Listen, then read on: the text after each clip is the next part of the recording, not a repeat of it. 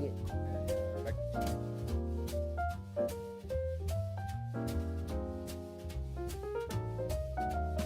Their own homeland, give them where they need to go.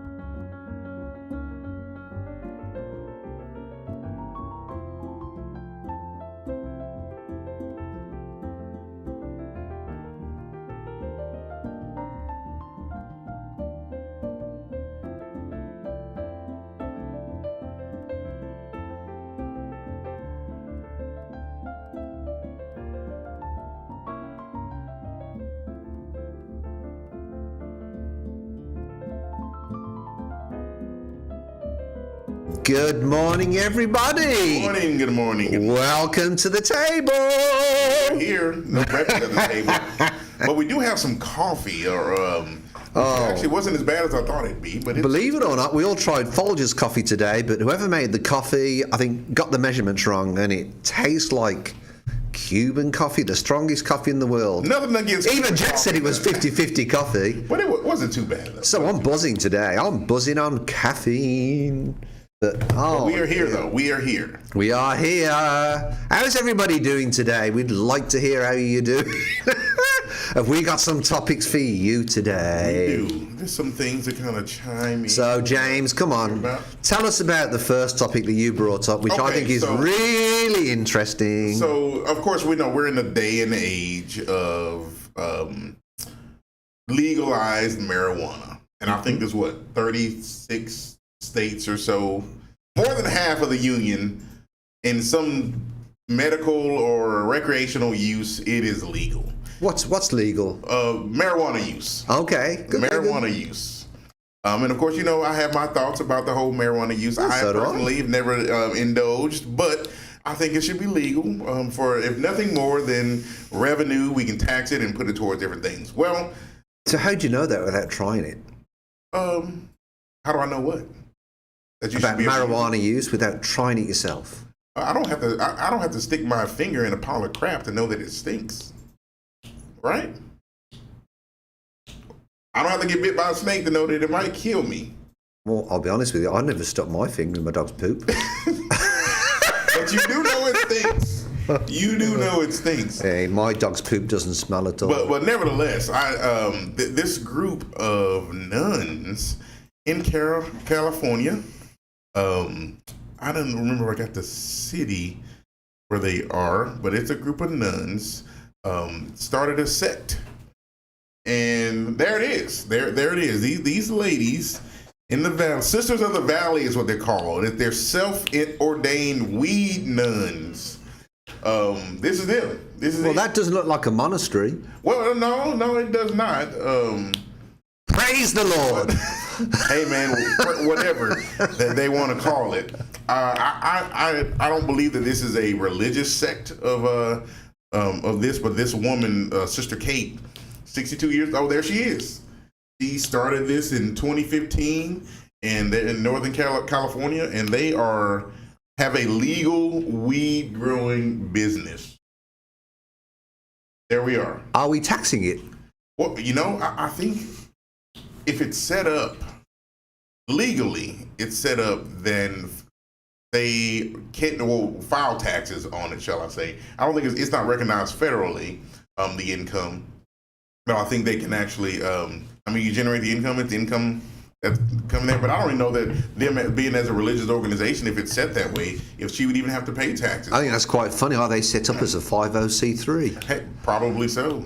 See, that's what's wrong about it. I don't think... Or maybe it's 4203. Who knows? That's one of the things I've got against some of these religious organizations when they're driving Rolls Royces and all the other good stuff. Oh, hey, it happens. But check them out. I mean, look at that one on her. She's cold. She's wearing sunglasses. She's probably high already right there. There's two wearing sunglasses. If you smoke your own supply, look at, they're growing. Oh, there they are. They're smoking it. They are indulging in it.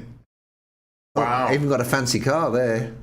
Now, so here's my thing with it, right? Can I ask you a question? Yeah, sure. Does that look like a religious organization? I don't think so. That's what I was going to get to, right?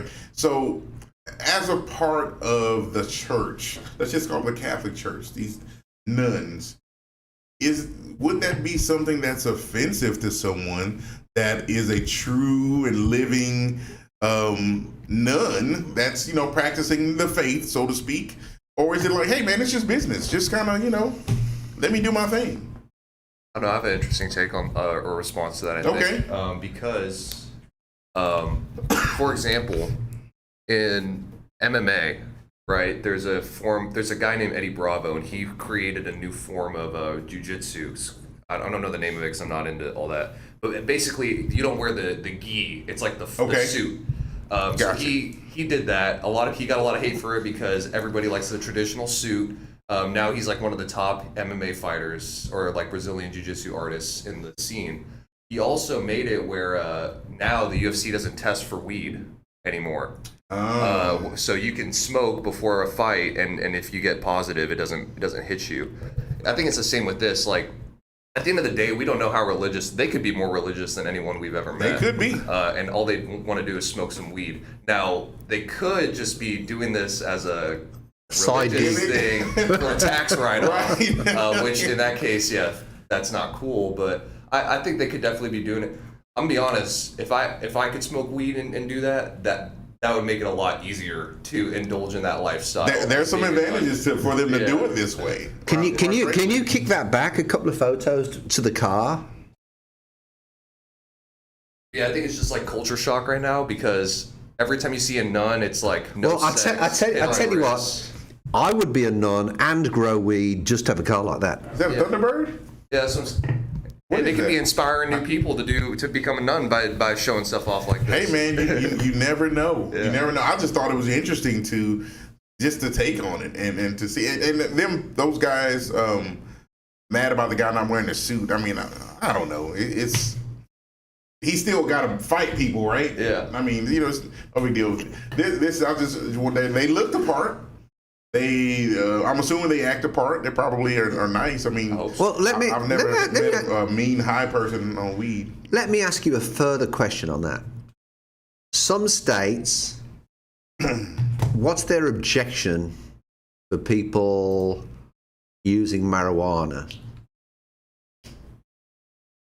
What's the objection? Uh-huh. Well, the biggest deal is they can't tax it right now. They can't regulate Which it needs the to be sale. taxed so they we can't can have regulate that the income. sale and consumption of it, basically. And I would back that as long as we could put the money that we generate from that into community projects, especially education, because I think education is the part to get people out of poverty to a degree. It's crazy though, because when you go to Vegas or like these legal states, well, this last time when I went a couple of weeks ago, it's completely different, and it's funny. Well, it's not funny. It's interesting because the first time I went for the Century 21 conference, I went to a dispensary, and you can't use a debit card because it's federally illegal. Right. So cards will not transact it. This time around, I used a credit card And it worked. at one of them, and it worked. Now, when I went to Really? the second dispensary, they didn't let me use credit. So it's starting to work its way in there, but it's still like on that gray line where they're trying to make it hard for you to purchase it. The resistance, man. I mean, I get it. You don't want everybody driving around high, but it's one of those things where it's coming. It's 30 some odd states. 36 states that it's legal in. Yeah. It's only 14 left to go. I mean, it's eventually going to happen. We manage a load of properties, and one of the properties, I don't know, but we suspect somebody's, I don't know, growing weed. Oh, okay. So it's like, What do you do? what to do about it? Well, I'm not gonna snitch on myself or anyone that I know, but let's just say I've had experience growing cannabis in my college days. Okay. And it's pretty hard to grow it without people's senses picking up on it. Well, I was approached Right. about a business proposition, and it was a New York company that are basically, they have dispensaries in California, and they have a device where it can be used for medical use, and it monitors the dosage that you take. Now, I'm epileptic, so I asked my doctor about, is it proven that marijuana helps my medical condition? Now that depends on you ask before you give your answer. The doctor that you ask is going to get you a different answer every day, as you're saying. Well, I agree with that. Especially if they don't know because they make Exactly. poo-poo on it But he without was really old knowing. school, and he So basically, already know what your answer is going to be based on what. well, he basically turned around and said, "There's no proven medical." Benefit. From No, he didn't say that. He says there's no proven medical proof, basically, that that's the case. But yet, some other doctors will turn around and say, "We've experienced it." Well, And it I think works. in some cases, again, not from personal experience, but I think if nothing more than it kind of soothing and calming, the calming effects that it can have on someone, from what as I understand it, people say that it allows them to kind of relax with that. So all the folks I knew that did it in school, they were just sleepy all the time. The part hungry. The part that I find interesting about it is part of my medication is they put me on a drug called clonazepam, and that is a controlled substance. Okay. So when I go pick it up, I've got to give my driving license as all part of the process. And yet, you know, that's what makes me think, well, perhaps marijuana might work. Because there's some patients I've spoke to in other states, and they turn around and says they found it beneficial. Well, clonazepam, that's one. It kind of makes you drowsy anyway, doesn't it? Oh, within 45 minutes, I'm out. Yeah. That's what it does. It just makes you go into a deeper sleep. Because sleep is such an important part. But back to these nuns. I mean, quite honestly, one of where I was sort of going with this is there any states that say for religious reasons, or what are the reasons why? You know, I mean, I know some of the states are saying it leads to harder drugs, but I think that's down to the actual situation whether that happens. Well, the answer is they outlaw it because it's a Schedule I drug, which is on the same wingspan as heroin and meth. Yes. But also, from a political standpoint, there's a big war on it. Like, Texas can't legalize marijuana because what happens to the cartels in the South that we're fighting? You're just, because from the rights perspective, then you're just going to have all those drugs flow in, and then they probably think that everyone's going to get addicted. But the truth is, everyone's going to use drugs no matter what. It doesn't matter what you ban. You can ban, like, acid, and it's still but when it's sold, at least we'd make something on the money.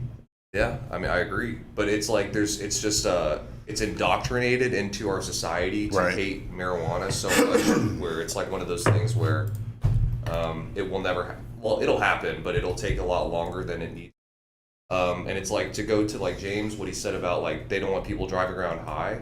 I mean, sure, you don't want people to drive around drunk. I totally agree with that, Jack. And on top of that, there's been studies where you can actually function better driving. Not that you should drive high, but you can drive high while you cannot drive drunk. Like that has been proven. As well as it's just like alcohol literally kills brain cells when you drink it. That's how you get drunk. It's killing brain cells and your enzymes. Whereas weed, it's like the way it interacts with your body. It's just bridging more things together. So that's interesting. It is. And if you're thinking about it as a whole, I mean, you hear the arguments, and it could be some valid on either side, but I think the one that I've heard the most is it talks about the car accident.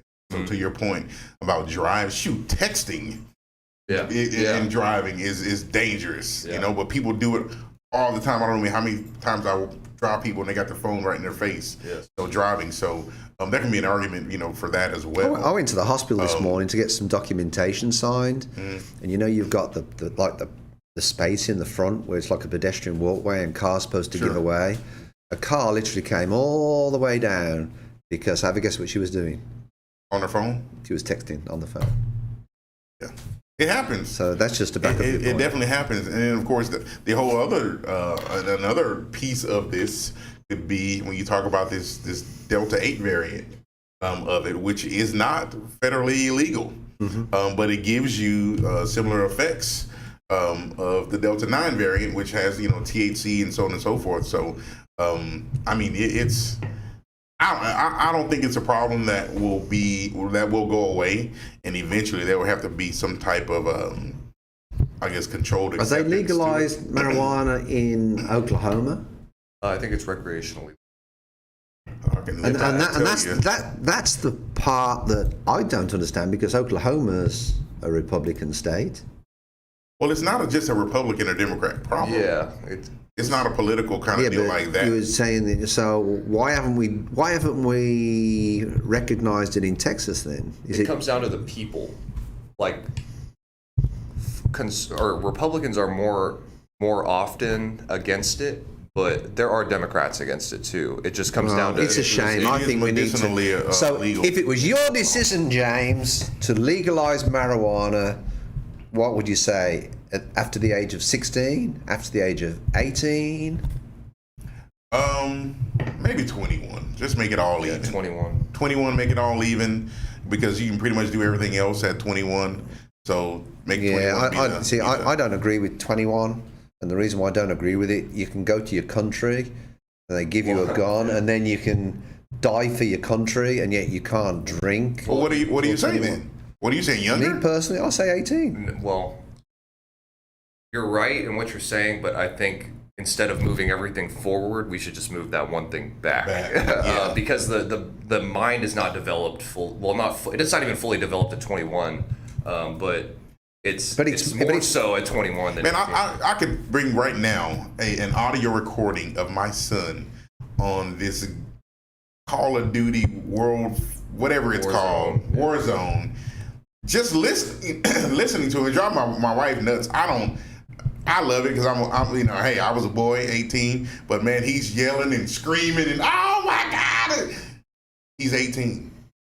But giving that responsibility of him to make a choice on whether or not he can legally go and smoke this drug, and that I don't think that age level he's ready for that, because they're just not even ready. Me. I wouldn't. I mean, I was smoking at 18, but like I'm glad that I was reluctant at the age of 18 and did it as little as possible, because I didn't start doing it till I was 21, 22. Right. And I'm glad that happened to me, because I don't want to know how I would be now if I was actively doing it every day. Ever since 18. When I was 18, which most of my friends are, but they're perfectly fine. Now, I don't know what goes on in their actual head. When I communicate with them, they're fine. One of the comments that I got to that is that in Europe, we can drink when we're 18. We have less of a problem with 18-year-olds getting drunk than what we do over here, because it's like, if it's not allowed, it's like they want to do it more. And that's one of the parts that I think has always been a problem in America. When we was abroad doing Olympics and there was a competition, if we wanted a party, ever guess who we went with? Who? The Americans. The Yankees. You know, even when we was 18, I couldn't believe how much booze they had in the bath with all the icing. Yeah, I believe it. And they were, athletes if you want to, and you go to their bathroom, there wasn't much hot water in it, but there was a lot of ice and alcohol and liquor. Yeah. Oh. Well, I say, if you're ever in the Valley, Northern California, you can look. That's the place to go. Sisters of the Valley, they can get you squared away, and get you get you some squares. Yeah. No pun intended. I want to know when they have their church services. I wouldn't mind being baptized by these women. Man, 2015 is when she started it. So they've kind of. So it's not recent. And then they are sticking their fingers in the air. I've got to tell you something funny. Now, hold on. Look, you see the middle nurse, the way she's holding her fingers up? With the gloves? With the gloves? Yeah. Well, in Europe, you do that to somebody, and it's not a pleasant comment to somebody. Oh, really? Yes. And then the other one with the V, Winston Churchill started that with basically saying victory. That was his big sign in the Second World War. But this here, this lady to the right at the front, you do that in England, you get punched in the face. Really? Yep. That's interesting. Because you had a little weed, this is just a peace sign, brother. Oh no, it is. I know. That means Winston Churchill. On the flip side, if you come to England and you ask, and you go to, let's say, like Austin 6th Street, and you ask a homosexual for a cigarette, you're probably gonna get your shit kicked in. Man, the cigarette's not the thing. It's the other word that they. That's what I'm saying. Yeah, that's what I'm saying. Yeah, there's another word. So the words, you just got to be careful where you're using the culture's language. important. No, it is. Really is very, very important. Very important. So everybody, we're going to talk about something later on. Keep that word culture in mind. Absolutely. We're going to talk about something which is very important to bring to everybody's attention. So I think what's his name? Cuomo? Andrew Cuomo? Yeah. And he's got some problems on his hand up there, man. So apparently, the sex workers in New York, it has become a rampant problem. There's really no benefit for the cops to arrest these people because they arrest them. All they do is they take them in, they let them go. So it's just kind of like, we just kind of turn that's a bit like the marijuana thing at the moment. Kind of, right? But it's now these people are so blatant, they're stopping traffic. There's traffic jams because people are out selling butt. And it's becoming an issue out there for them because they're stopping them to ask if they're looking for Johns. That's a problem. Well, in that case, should New York do what they do in Las Vegas with legalized prostitution? So here's my thought on it. And I know I'm a God-fearing Christian man, but people are going to do what they want to do. When something becomes a problem like this, it's like, you know what, man, go do what you want to do. You're not going to stop them from doing it. If there's anything that you can do, like you mentioned, in Vegas, legalizing it, make them get a license where they have to check in and get checked and blah, blah, whatever the case is. Morally, this is terrible. I agree. For me. But if someone willingly wants to sell themselves, man, that's their business. Freedom of speech. At least let them do it safely. Do it safely. Absolutely. And that's why I say what they should do is legalize it. They had a similar problem, I don't know if they was on the streets, but in Australia some years ago. And what they did was they legalized prostitution. There's a Jim Jeffries video which is really good about this, and it would basically, the girls are tested, they make taxes on it. Oh yeah. And I'm not saying tax everything, but I'm saying if not, it goes on behind the back. I think that's similar to what they do in Vegas. I mean, it is. They have to be registered. So the Johns are safer, the girls are safer. And I'm sure that some of them have been mugged or whatever, or been treated poorly. Right, you can go to like a controlled environment, the chicken ranch. I think, you hear that name all the time. But go to a controlled environment where if you're in here, if you go to Home Depot, you're looking for something to do something to your house. So you go to the chicken ranch. Are you saying add this to Home Depot? Add this to Walmart? Yeah, aisle 7. Not this, but you want to find that, it's on aisle 7. Everybody knows you're going there to what you're looking for. You walk in the chicken ranch. You're not looking for donuts. Especially like in a market that is so heavily tied to like human trafficking, I think it's important because most of these people don't do this because, well, some do it because they want to, but most of them, I would say it's safe to say, don't do it because they want to. They do it because they feel like they need to. So might as well use our resources to protect them as much as possible. Look at this. Look at this on the bottom right. Look. What? That's an old guy? What are they doing? It's just an advertising. It's an ad. Badass 70s. But yeah, that's it's great. I mean, look at it. I mean, they're in traffic. Can you imagine just being at the stoplight and some girl walks up all scantily clad? Hey, Steve, you want to go over to this alley? If you make a left over here, and I can Well, I wouldn't do that, but at the same time, I'd rather look at that than some of these homeless people on the streets. Well, some of them may be homeless. We never know. Some of them might be due. That's one thing that I think they need to make it legal. I think it's tragic that it gets to this point, but if it's going to be there, my point is, and there could be some things put into place to just think, if we was to tax some of this, they could actually take that money and hopefully help some of the people that are homeless. Maybe build a place or something to absolutely, get them off the streets. Who knows? It is tragic though. It is definitely tragic. So that's a shame to see. In all fairness, it really is. I mean, New York has its own It doesn't do anything for the value of the neighborhood. It doesn't.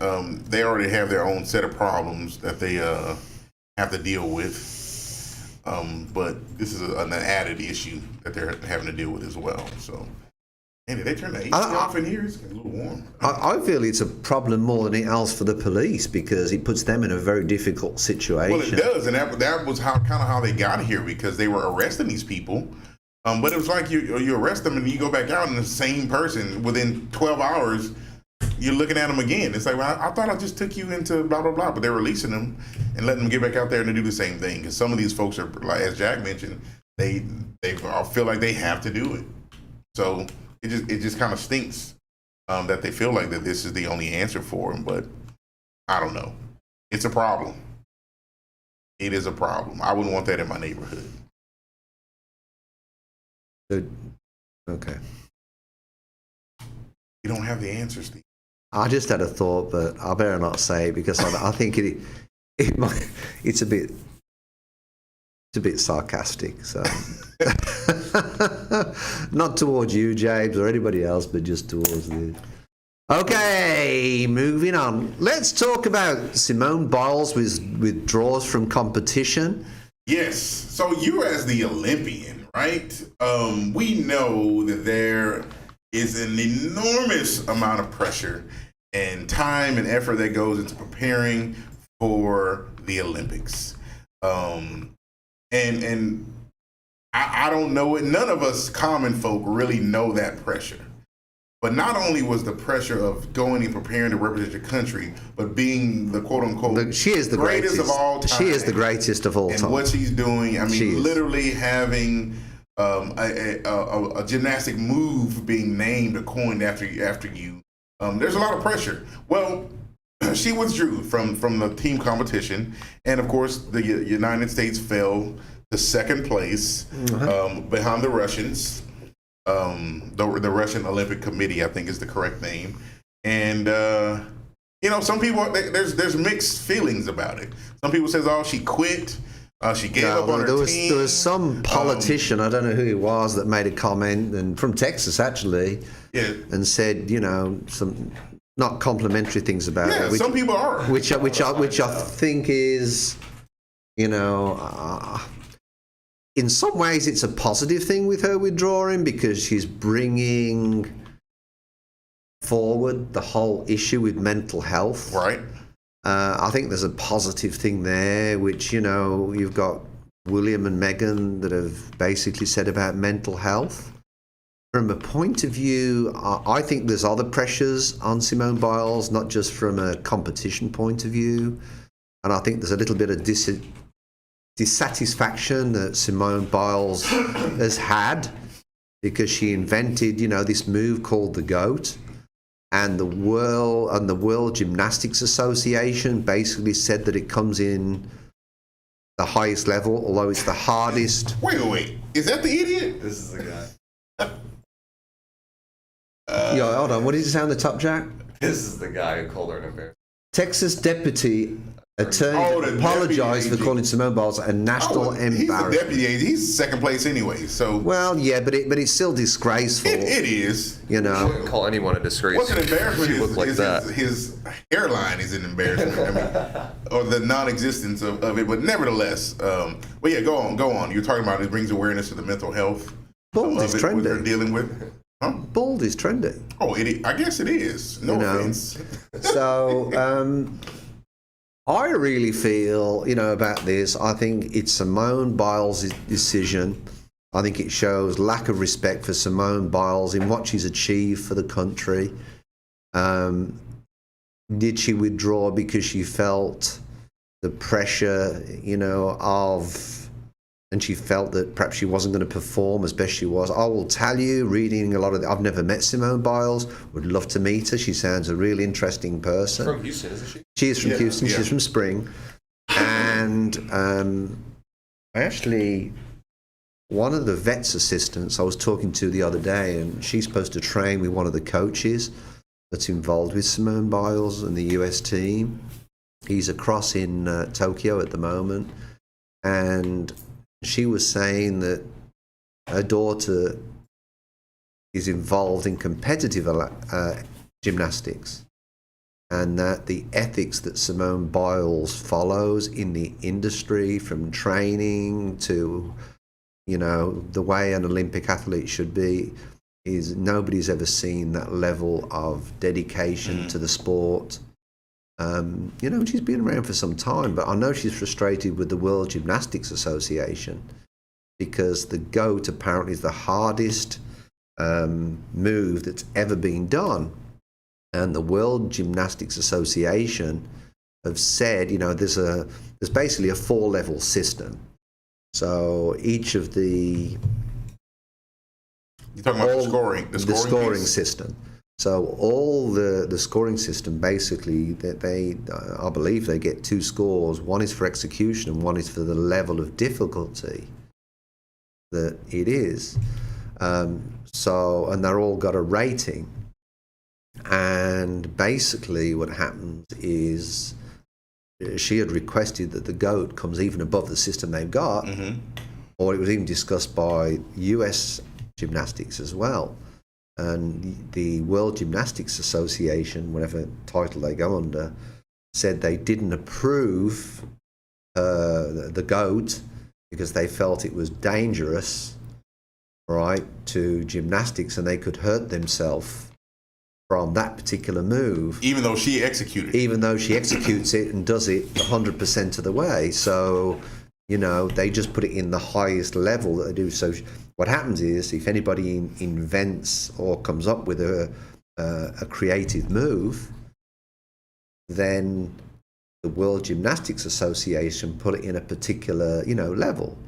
So her argument was, her being Simone Biles, said, well, it needs to be above that.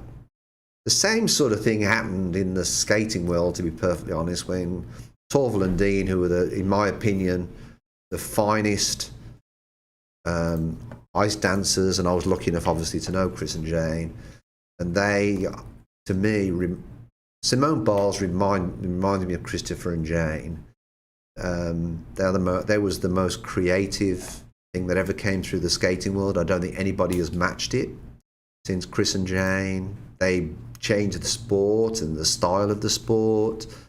But then a couple of years later, because of the politics in the sport, and regardless whether you agree to it or not, I do think there's politics in the sport.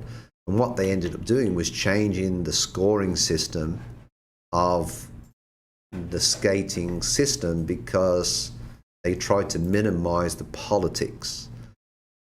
And what they basically did was, you know, they've got 9 judges, and what they do is one judge marks a particular move, all right, and they have required moves that they do. Now, is that the way to go in gymnastics? The problem with that is you're minimizing creativity. I think with Simone Biles, I think she needs some sort of benefit in doing that move. I know it's dangerous, but that's up to the athlete. That's the risk you take. Right. You know, she wouldn't be the first Olympian to hurt herself. Right. Agreed. You know, so I really think it's a political thing where people have said, well, you know, because the US was winning everything, to be perfectly honest, and that's been proven. And I have an immense amount of respect for Simone Biles, one, to make that decision. After I spoke to you actually on Tuesday, I spoke to somebody who is a well-known Olympian, and I said, what do you feel about Simone Biles, because I know we had this podcast coming up, and he actually said to me that he has a lot of respect for Simone Biles because it took a lot of balls, let's call it that, to even make that decision. Right. And I even said to him, I said, well, if you was in that position, how would you feel about that? He said, I wouldn't have the balls to do it because there's so much pressure on you. Right. And the guy I spoke to was a past Olympic champion. Well, I think to her mental health, you can't question someone's mental health. If they feel, I think that added pressure was kind of the decision that kind of tipped the scales, because if you think about, here it is, this move that no one else does. I do this. If I execute it and I hit it, it's gold. Okay. We're Jack, in there. can you bring that photo up of Simone Biles again? I just want to bring. But if I don't execute it and I miss it, it could cause the team some scoring loss, right? Because the judges, it's all objective. You like the way it looks. One of the things I just want to bring up in you know, soccer is my sport. I love soccer, okay? What they've introduced the last 15, 20 years, and originally, I believe it was Jose Mourinho brought it in. I don't know that as a direct fact, but he brought in the whole idea of a sports psychologist it was just coming in when we were skating, to be perfectly honest. But they brought in the whole thing of a sports psychologist and even for the point of, dietitians and such like. Mm-hmm. The level of sport has increased so much. Every Olympics you get, them limits are pushed and pushed and pushed. And so the finer elements are so much more important. So I don't know if the gymnastics team have, psychologist. But I know there's a mindset as well with when you get to Olympics, there's a mindset that you have to get. I mean, you've got to feel comfortable about, and you have to be very positive. But what I want to, have you got the one with the medals, Jack? Because what I feel, to be perfectly honest, is when you've won as many medals as this girl, and with the level of success that you've achieved, quite honestly, does that add more pressure for every competition that you do? Because one of the parts as an Olympian that we're always told is never underestimate the competition. So getting there is one thing, staying there is completely different. And what Simone Biles has achieved is she's stayed there for a long time. She's maintained the number one spot. So that is going to add to the pressure that she takes. I fully appreciate this girl. Right. I mean, look, when you've won that many medals and so many goals, I mean, to me, that adds to the pressure. So each competition that you do, personally, I'm surprised she's not bent over, with probably the weight of them. But I think there's a table underneath and they photoshopped it out. Okay. But, with the amount of success that girl has achieved for the United States of America, I mean, at one time, Russia dominated the sport. Yeah. And that was the point I was getting at, the added pressure of it that heavily weighted on her decision to say, hey, I'm not going to do it. I'm just going to forego it. And of course, ended up getting the silver, which is still not bad. But I think she's getting the mixed reviews as far as why she did it, how she did it. Now, the whole embarrassment to the nation, I mean, that's an overreach. That at all. She's no embarrassment to the nation. Look what she's achieved. Not at all. But I think what people are looking at the team approach, right? So if the team is depending on their superstar to bring it home, and then they go and say, hey, I'm good. I'm going to go sit down. Well, I've got one answer. If you think about that as a team aspect, then you can say, oh, man, they let us down. But she got you there to the point to where you could perform. Now you got to bring us home. We're all, contributing pieces to this team. We got to make it run. But I think she's actually helped the whole issue of mental health, because there's some people that don't believe in even the issue of mental health, and it is out there. Some people suffer with it. I don't think much attention is brought to it. You know that I'm not a great lover of the health system over here. I don't think the problem I've got with the health system is an industry. And I think what comes first, people's health or the hospitals making money. But the truth of the matter is, I feel that Simone Biles is being disrespected. It's her decision. And I just don't feel She doesn't owe anyone to anything, especially after being coached by Larry Nassar for like 2 years. She can do whatever she wants. Yeah, I think people should. I personally think people should respect her decision. They have to. You and I say they have to, but they should. It's a personal decision. It's for her mental health. And I think people were drawing comparisons to Carrie Strug, who in '96 she did that vault with the broken ankle and landed it and kind of won it. Okay, that's cool. She pushed herself to do that. Great. But I think as a whole, Simone made a decision It's not going to happen, and I can see either side of it, but I don't see the disrespect. I don't see the disappointment that everybody's bringing to the table. I don't think it's that serious because she made a decision personally to do it. But I can also see the team, or some people saying, "Oh man, she gave up on the team." Okay, well she did, but the team needs to be good enough to perform. Without her. Well, it's a team event, first of all. It is, right. It's a team event. It shouldn't just be on her shoulders. But, it is what it is. But I will say one bright light in it, with the individual competition, my cousin, Sanisa Lee, hey, she actually won the all-around. She's not really my cousin, but we share a last name.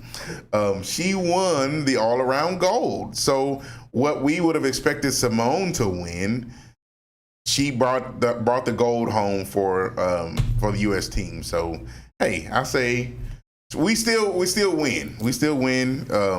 Lay off of Simone, let her live, and shoot, who knows what happens. I really think we need to, Simone Biles needs to be received. She needs to receive more love. She's from Houston, so these people. I'm personally a little bit. I'm glad she's from Houston.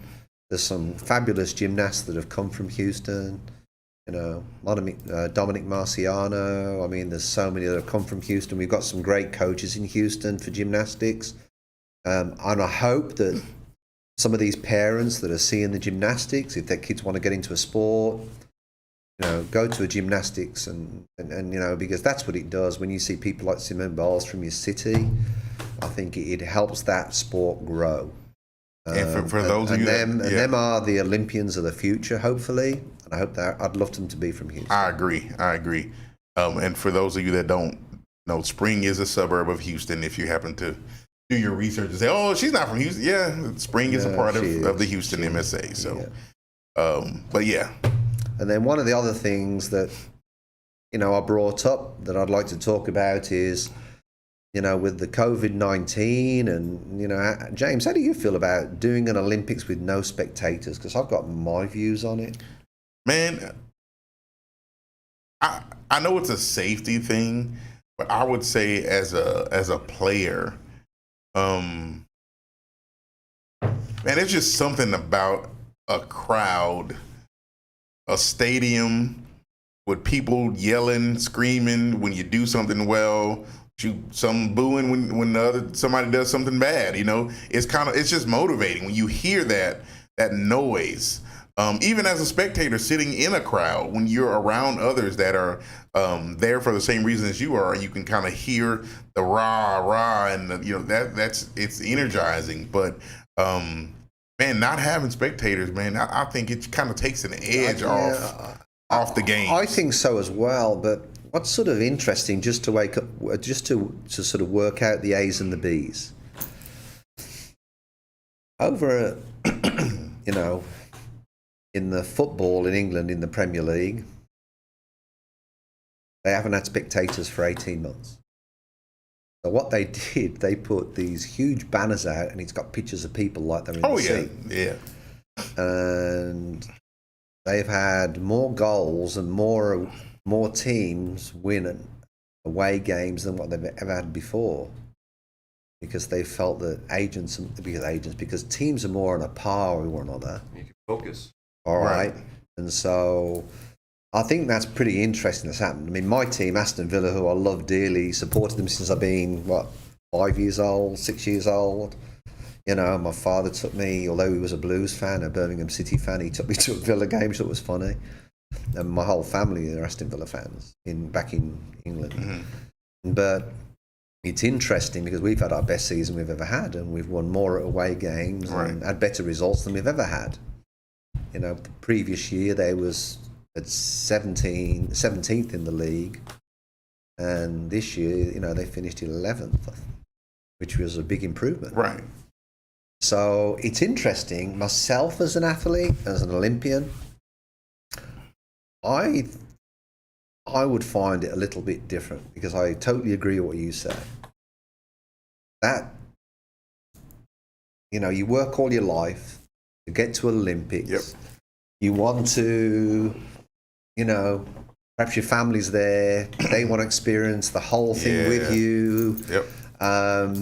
And to give you a sort of feel on that was my father was a little bit like a sergeant major, very disciplined. I always put him down to part of my success, as an Olympian. But I will never forget that they charter a plane, and when you go to the Olympics, they charter a plane, a complete plane, and it's got, the Olympic team on. And I begged my father to come and meet me at Heathrow Airport. I was so disappointed that he didn't even go to meet me off the plane. I was disappointed that he didn't go to the event. And I was disappointed because he didn't go to the play, to meet me with my Olympic uniform and everything. So how do these Olympians feel with no spectators? No spectators. To me, that's even a deeper level. It is. And what I'm interested in seeing is how many world records are broken more than anything else in the swimming. Because I think the swimming, it'll be interesting to see how many world records. Now, there's been, I think, one world record or two world records have been broken in different sports. And there has been some people that have won medals that have never won medals before from other countries. Exactly. Right. So that sort of falls back on what I was saying, with the Premier League in England, It's interesting you say that when you mention the Premier League, because remember when the NBA was in the bubble? There were guys that came out of that season that were scoring and doing things that they had never done before. It's like, oh man, so-and-so is, he scored such and such points because all they were focused on was just the game. There were no people there throwing sodas or yelling, obscenities at them or anything.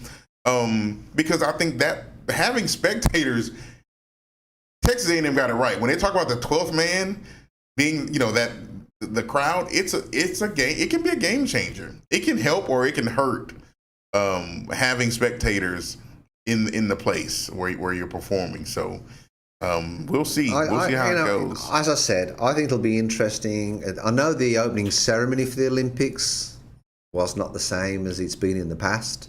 Right. When they had that. I really feel that was definitely different. It would be interesting if my father was alive to see how, even he would have feel about it, because he didn't even, come to the plane. And I always sort of resented him a little bit for that, to be perfectly honest. That, he never really got involved with it. He was very much a disciplinarian. But I really feel for some of these Olympic athletes that have worked all their life to get there. Part of it is getting the Olympic uniform. You're so proud of that uniform.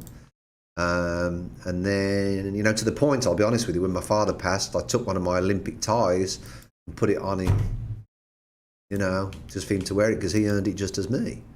And then I'll probably do the same, if my mum passes. But I know it's not very positive to talk about that, but the truth of the matter is they do deserve part of that, and I think it's something you want to share with your family. Absolutely. And I think it's part, and I think it's very difficult, I think, for some of these athletes, because I think you need that atmosphere. The other thing we were saying is that atmosphere pushes you that little bit more over the line from a motivation point of view, and that's what I think is missing, really. Yeah, I agree. It's definitely an element of the game that can change the outcome. It can definitely change the outcome. So, and then moving on. One of the things I brought up with James the other day, and we're going to talk about it, is skateboarding in the Olympics. What do you think about that, James? Well, I know Jack's got some opinions on it, which I think will be interesting for him to. So skateboarding is no easy feat. Let's just call it what it is. Agreed. It's not easy. I think it's a different element of the games. It's a new edition. And a lot of the younger elements of our culture, if you want to, obviously a lot of them skateboard in their time as well. Yeah, but it's in the streets or otherwise. It takes skill.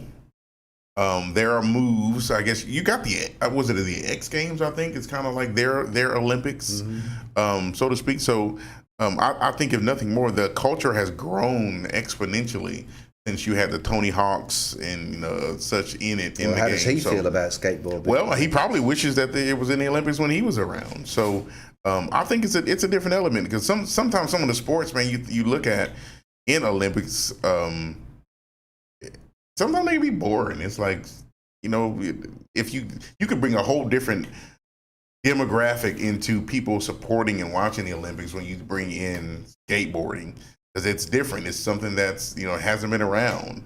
So I mean, it's a different crowd. It's a different piece. You kind of I think one of the benefits of bringing skateboarding to the Olympics, I think, is getting a younger element involved. Right. That's my point. That's my point.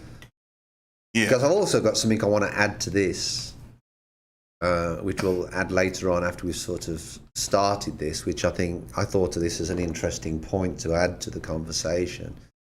I've got mixed feelings on it, to be perfectly honest. I think there's a certain amount of respect that you should have for an Olympics, and it was sort of difficult for me when I first seen it, to sort of see, stairs and steps as part of the track, and then, they're wearing a lot of modern stuff with caps turned round and everything else. As an Olympian, I don't quite know how I feel about that.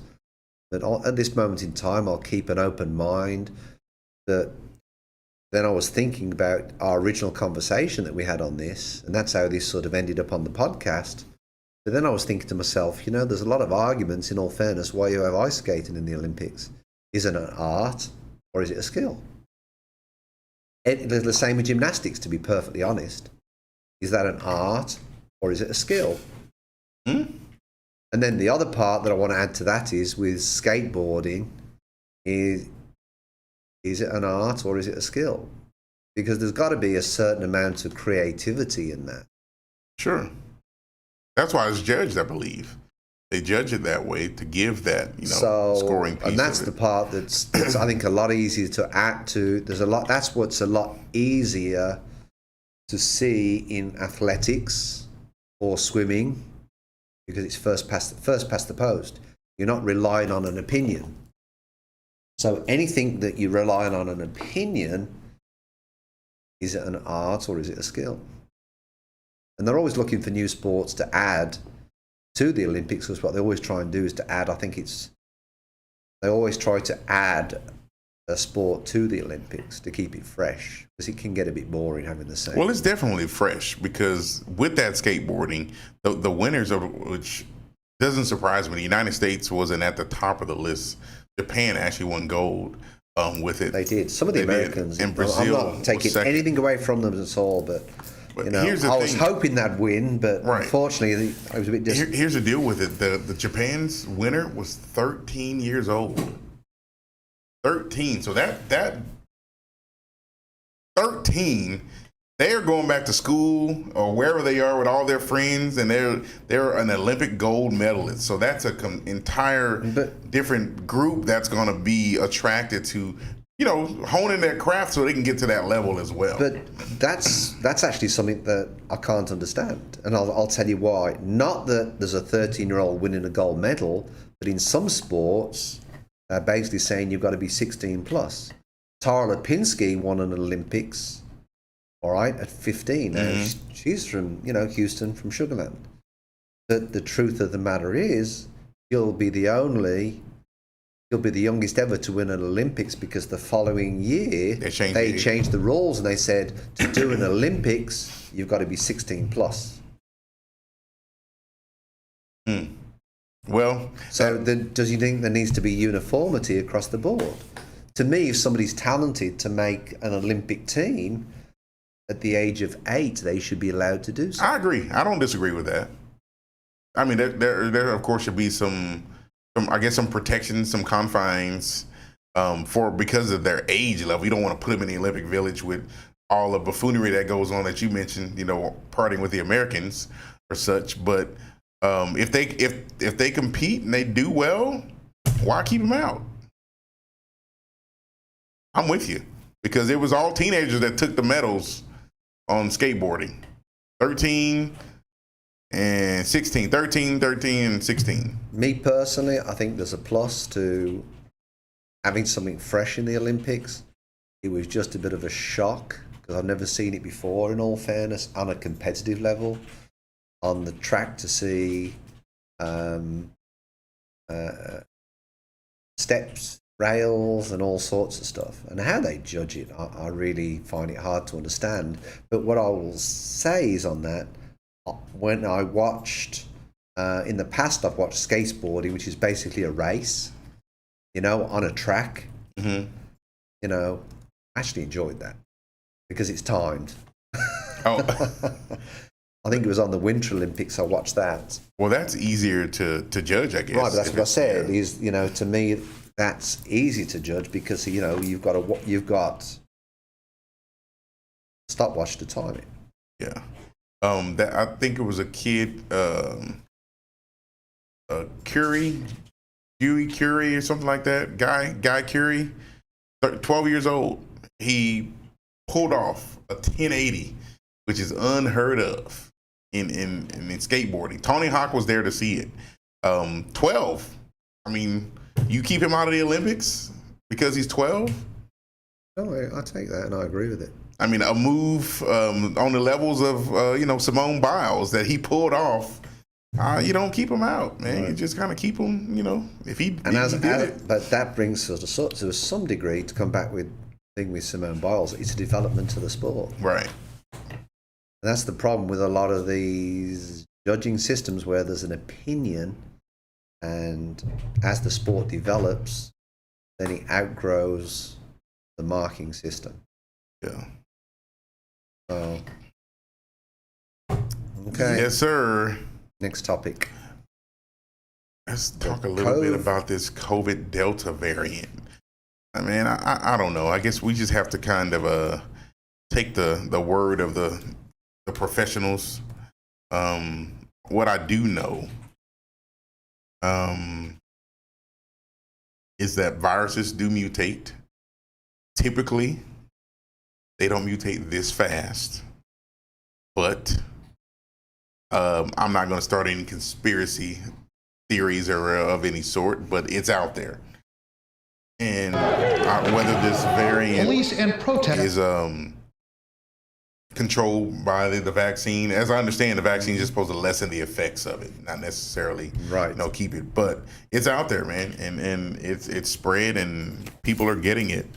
Well, there was, some guy in Louisiana who has been under healthcare for 9 months, 10 months, fighting the virus, and a reporter turned around to him and said, when all this is out, would you take the virus? He says, no, I would go through the same thing again. Would you take the vaccine? And he said, no. He said, no, I wouldn't do it. I'm not going to be a guinea pig because they haven't spent the time developing it. But I think under the circumstances, they had to develop something quickly. They did. And in many cases, I don't disagree with him because I do. It definitely takes time to develop a vaccine to make sure that it actually works. And in his mind, he's thinking, I made it through this time. I'll do it again. Yeah, but there's people that are going to suffer the effects, if you want to, of a lot of this. There's people having lungs replaced. There's people that they're going to suffer for the rest of their life. And they're not going to get any health care. Well, it's going to send them broke. Right. But what if, and then just kind of playing devil's advocate, you don't know the effects that you'll suffer from taking a vaccine that wasn't fully researched for the amount of time, because there hadn't been long enough. I agree, but I personally would rather take that risk and listen to the experts and the scientists. Well, I don't think the scientists. I think the scientists have got a better idea. I know we spoke about this a little bit last time when he said, Fauci, he changed his tune because originally he said, don't wear masks. But at the time, there was only 33 people that, had either caught the virus or died of the virus. I think that's a different circumstance. But I think over time, it's proven that, it does. There were some other countries that were, when, America it hit us a little bit later. But in Europe and in the United Kingdom, I don't know if I told you this when I'm seeing you on Tuesday, but they have an app on your phone. And basically, when you go into a store, you scan when you go into a store, and it tells you if you go within 6 feet of somebody that's got COVID, so they can track where people go. That's actually in the software in the phones now. You know, and I personally think it's a good thing. Now in America, it's going to be a bit of a problem. The government's tracking me, you know, and So if I have an infection, let's say I have herpes, you think that's a good thing that somebody just puts my business out there and you're looking at me? Hey, it might be with this your guy wife. With my wife, maybe, but a stranger. She might have a few questions. A complete stranger. You and I in the room, and then my phone just chimes and says, "Bloop." You're near someone that has herpes or gonorrhea or chlamydia. That's like that would matter if you were like in a brothel. Right. See, for like COVID, I feel like it does matter because if I'm in a Walmart and you have COVID, then I want to know. Just like if I'm in a brothel and I'm trying to. Have you got any business being there if you got COVID with the way it works? Like if I'm there to do my thing and I need to know if you have herpes or whatever. Well, quite frankly, the situation. I mean, of course, if you're going to engage in some activity in a brothel, then you want to know. But there's a lot of times people that they don't know, and you go in there and you do your own thing. But even in the Walmart Europe, situation, what they've done is they basically, that's why they use this tracker, because what happens is if you're in contact with somebody who has reported in COVID, then what happens is you have to basically go get tested. That's really what it is. You have to go get tested. So there's no limits that's put on you. So if you test then that you're positive, then basically you go into self-quarantine. But that's part of I think COVID is a community problem. I think it's something that we've all got to, the longer it goes on, the more it costs the economy. You know, the more it affects us, the more it affects our economy. I mean, there's businesses that have gone out, you know, they've gone out of business. I don't think it'll go away. I think it's here. Like is it here to stay? You know, people get the common cold, and you know that's. But to me, COVID's different.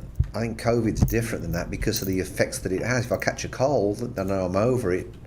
You know, the next stage to a cold, sometimes, but very rarely, is pneumonia. But with COVID, it's having lifelong effects with people. You know, and they're permanent effects. That, you know, but with the amount of what the scientists have said, and I'd rather go on what the scientists say rather than the politicians have said in the past. But, you know, the truth of the matter is, I mean, you know, people are suffering with this and they'll suffer with it for a long time. And that's what concerns me. I'd rather go, the people that have the vaccine, the people that have the side effects, I think is so much smaller than the people that have actually got COVID. I mean, I chose to get the vaccine. Did I have my reservations about it? Somewhat. But I'd rather go on what the experts are saying, you know, and take the risk. Many people feel the same way you feel. There's risks taking Advil. Yep. There's risk eating a McDonald's cheeseburger. You know. So it happens. So, you know, and then you know, I won't be with you next week, guys. I'm in Europe. So we're going to have some different guests on there. Basically, I'm going to Europe, and it's been very complicated working everything out. Trying to get over there, huh? Just to get over there, because we're going from Houston to Amsterdam, and I love Amsterdam. I think I just love Amsterdam. It's actually a great place to visit. I know, and legalized marijuana there, but and shrooms. What's that? And shrooms? Yeah. Really? All forms of fungus are. Prostitution's legal over there as well. I'd believe it. You've been over to the red light district over what's there? that? You've been to the red Do you know light what? district? I competed in Amsterdam, and I walked down this street, and I was very naive. I really was, until I was maybe 24, 25, and walked down this street, and there was ladies in the window, and I've got to tell you, I'm like, what are they doing? What are they there for? Because when I used to go abroad, I was interested in the architecture. and all we ever seen was, I'll be honest with you, was the airport, the hotel, and the ice rink, and maybe 2 days to view the city. So every city I went to, I used to go look at the architecture. That's why I say to you, when you come to America, it's like it's just built to, you know, on a temporary basis. And you go to Europe and it's last centuries. When we go over to England, we're actually staying in a inn that was built in 1440. And it's still there today. 1440? 1440. And we're staying in this hotel called the Greswold Inn in Knoll near Solihull. And I've told my wife it's haunted, but it's not. But I thought I'd have some fun with her.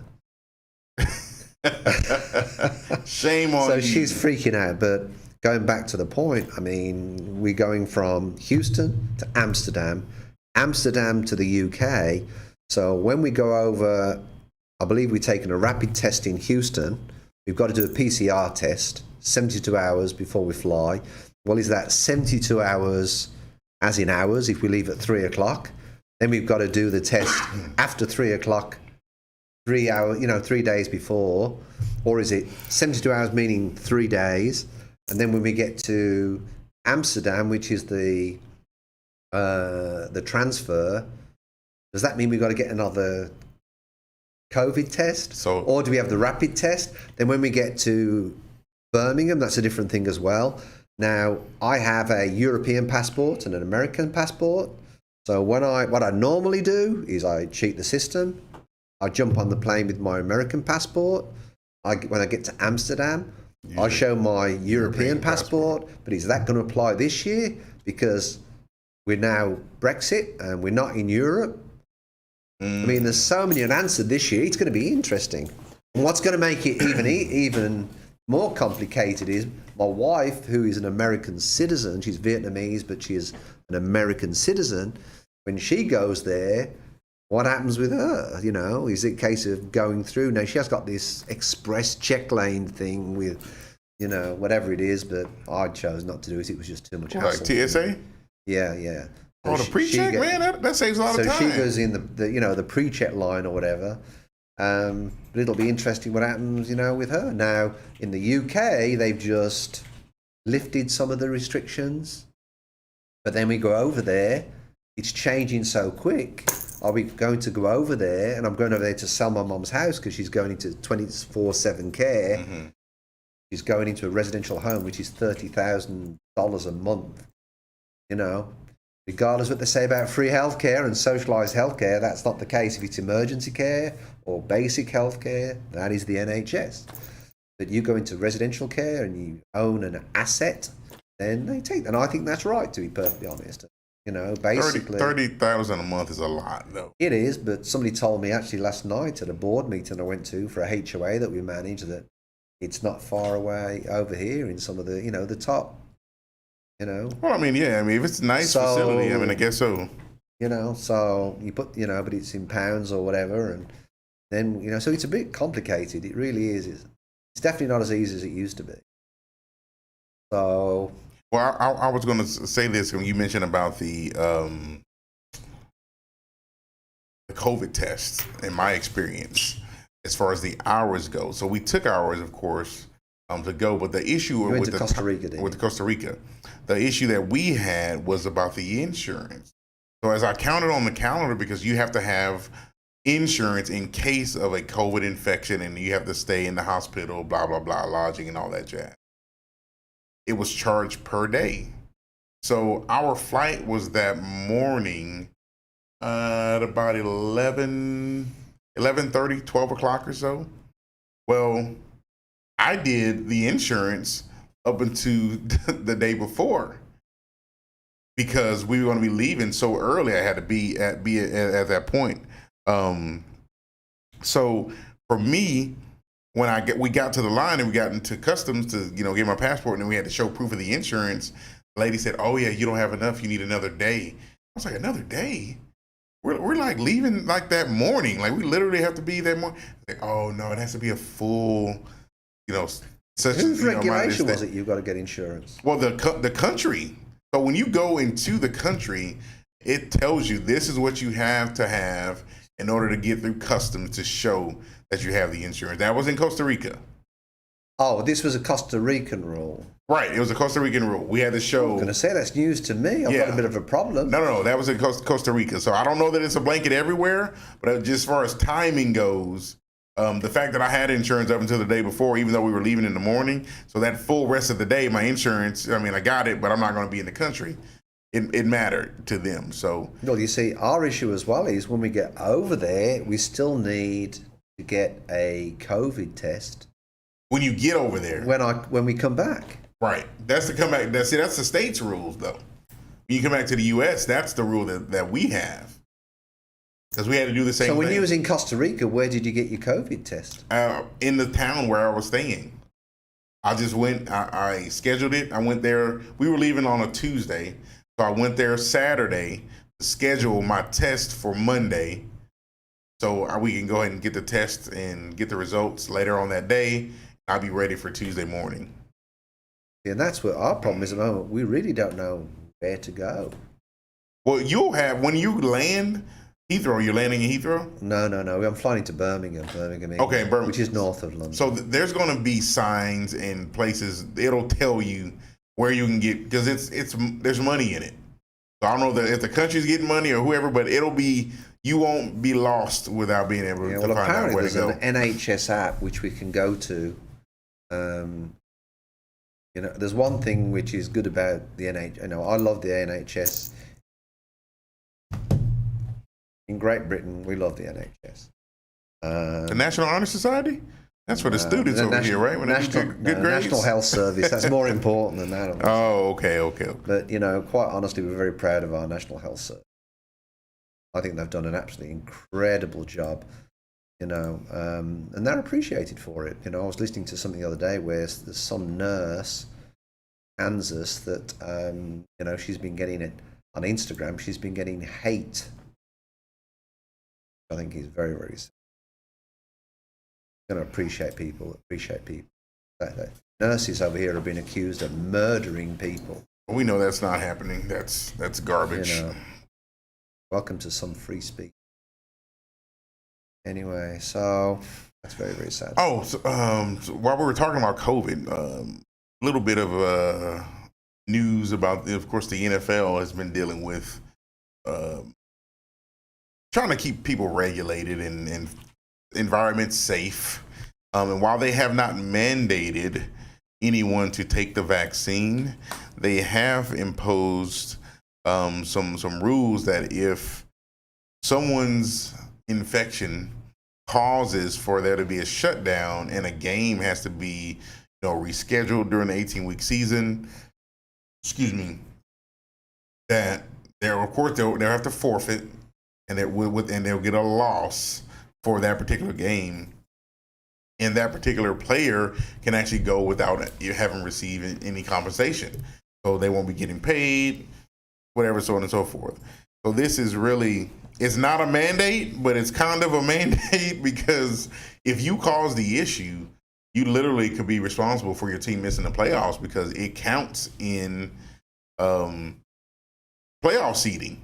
So it's very, very a big issue, because some guys are just not on board with getting the vaccine. One that I know that's been vocal is what's the guy's name that used to be here? It used to be in Dallas. Went to Buffalo. The Vikings assistant. I'm looking at one name right here, Cole Beasley. Cole Beasley, him.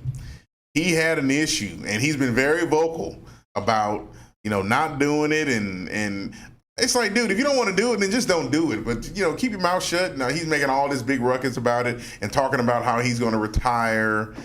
He doesn't know where his career lies if he has to do it. Some other guys would kind of say the same thing, but he's been very vocal about not wanting to do the vaccine piece of it. So it'll be interesting to kind of see how people move forward with it. Well, I have a few thoughts on that. The first thing is, like I said before, I think COVID is a community issue.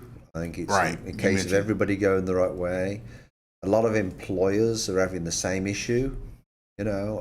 I spoke to some other real estate companies, and they've said, should our office staff that work for us, should we impose vaccinations? My wife is in dentists, the dental business. and there's in the dental industry, I don't know if they're required to do COVID tests, but they have these COVID tests that you can literally swipe and send off. I personally feel that if the COVID test is done every so many days, then I think it's their decision whether they get vaccinated or not. But at the same time, on the other side of the coin, how would they feel about if they had a sort of similar tracking system and somebody caught COVID and then that person died or lost a lung or anything else? Yeah. I mean, that's a way, I don't know. And that's why I feel that COVID, the only way we're going to beat this COVID is to do it on a community level, and it's not a political hotcake. And one of the problems is everybody's got an opinion about it, a bit like sport in a way. Yeah. And so, and that's part of the thing that I believe is a problem. But at the same time, if some of these NFL players earn the money that they do, at least they are in a better position than what some other people are in because of the millions of dollars they've got. Of course. And I was talking to my mom this morning kind of about something about this. These guys, some of them that are so vocal, the vocal minority, as they'll call it in many times, they don't live in a real world like the rest of us. So these guys don't know what the price of a loaf of bread is or how much a gallon of gas costs. But they've got a whole lot to say about this, that, and the third. And while I feel that the NFL is a bit of an overreach with that rule being imposed, I think they've got to do something to try to help control it. But I think you put it on the clubs and let them make a decision on it. Let me sort of bring something else to the table. The guy that you mentioned, Jackie, is an African American guy. No. Are you trying to put that on African? No. You're trying to blame black folks about the COVID, man? No. Well, what I'm sort of Kobe's a white guy, actually. Okay, what I was going to say was, I find it's a community problem, and I don't follow, that football thing. It's not football. You use your hands 80% of the time. But one of the parts that I feel is one of the biggest letdowns, and I'd like to get some people commenting on this to see what their opinions are, but in African American societies and communities, the level of African Americans that have had the vaccine and COVID is more rapid is a lot lower than what it is in Caucasian communities. Do you have data to prove that? That's like an insanely. But that's what I have looked at data. Don Lemon told him. But that's apparently what's happened. Well, why is that? And that's what I was saying is, I don't know that that's true. So I couldn't give you, because I know most of my family is vaccinated. So I can't really. I don't know. I don't know the numbers for that in that demographic. Can I just add something to that real quick? Yeah, sure. And it's just a general question. All right, you as I call them African Americans. All right. Well, that's actually what I was going to say. As an African American, I was watching something this morning and they said black and brown. You as an African American, how do you feel? Obviously, there's one word that I don't think you should, call yourself. We got you. Yeah, right? We're there. But would you rather be called an African American, a black, or a black and brown? Or let me add a fourth one. It's a person. Here's the thing. I am a person. I am a black person. I'm not one of those. I don't believe in that. I've got some. That's why I say African Americans. I've got some black friends, and they get offended. Well, let me answer the question for you, because I think for me, I get more bothered when I hear people use them interchangeably. So you'll start off by saying African American, and then further down you'll say black. and then you'll come back to an African American. I see that happen on people doing interviews all the time on the news or whatever, on even in some podcasts. It's like, what's the reason for you choosing one or the other? I'm black. I've never lived in Africa. I know that's where my roots are. I don't have a problem being called black. But I am overall, I'm a person. But I don't want you to be blind of my color because it means something to me as an individual. Well, you know I don't. You've been friends for a long time. But I know some people say, oh, I don't see color. No, you need to see, because you need to respect the fact that, for one, not all people that look like me are going to be the same way. And in that aspect, I should be treated as an individual, as a person.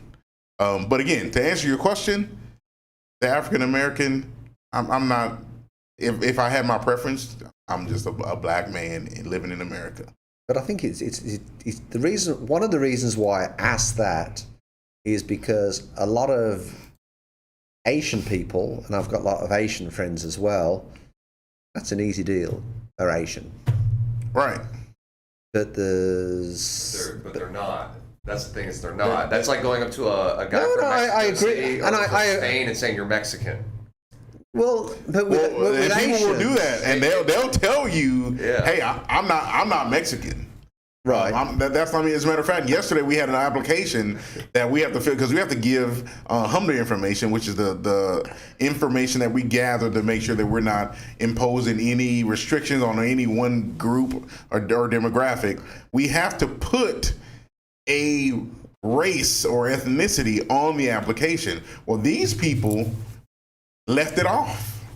Now, on their IDs, the name sounds Latino, whatever the proper term.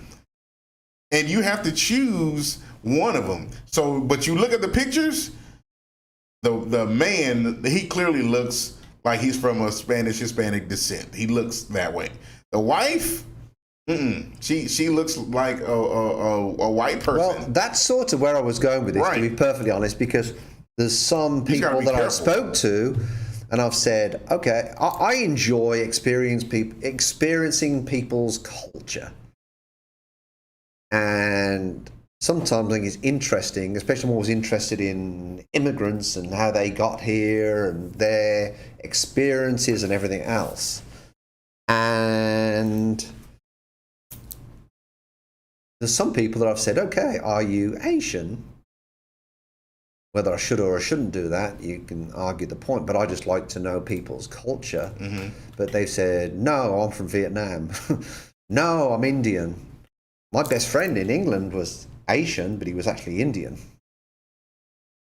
And he's just interested. Oh, no, I'm from Thailand, or I'm from Cambodia, or I'm from Laos. And the same thing what you said about, well, are you Hispanic? And they'll turn around and say, no, I'm from Guatemala or Venezuela, or, you know. So that's what's interesting about it. Well, the deal with it, even Thailand and Vietnam and the Philippines, all of those places are in Asia. Right. Right. So, but that's why I say African American, to be perfectly honest. But I'm not in Africa. I'm in America. Right, so but it says I'm saying African American. I get it, but if you call those people Asian, they're like, yeah, okay, that's the country, but I'm Thailand. But that's not how they feel.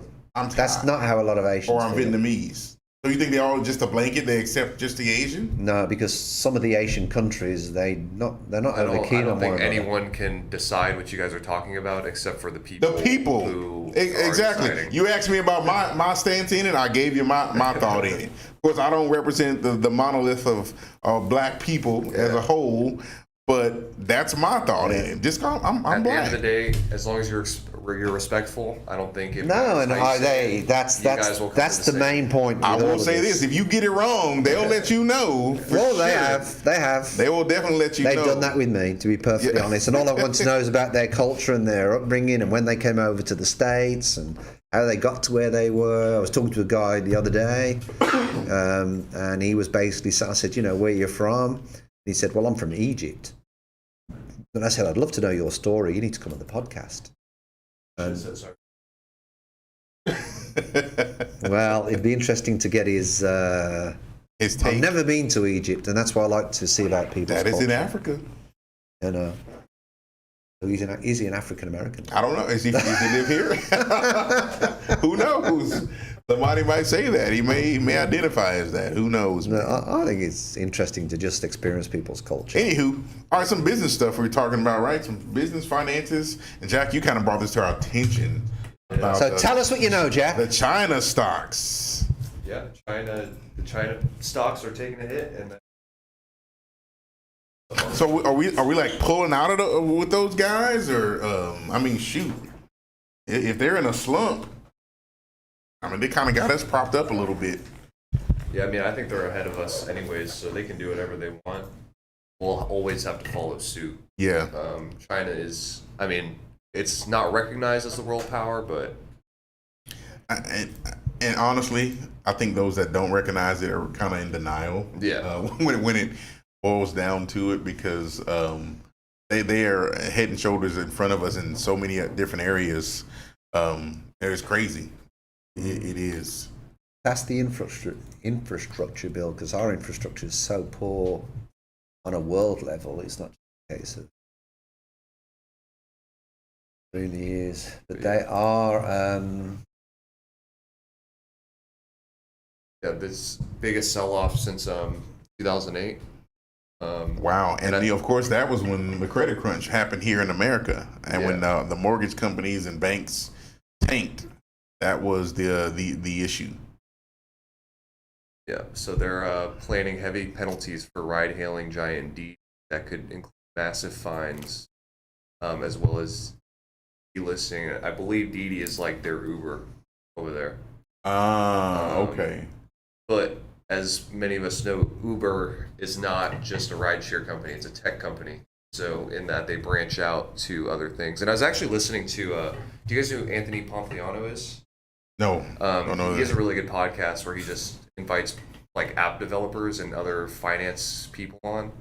And it's like these tech companies branch out to way more, like Uber. Because when Uber became a thing, I don't know if you guys remember, they had like WAG, which is like Uber for your dog. I remember we had some chick come into the 3030 office and try and pitch us Uber for real estate agents. Like this whole idea of just pulling out an app and having people show up was like everybody hopped on it.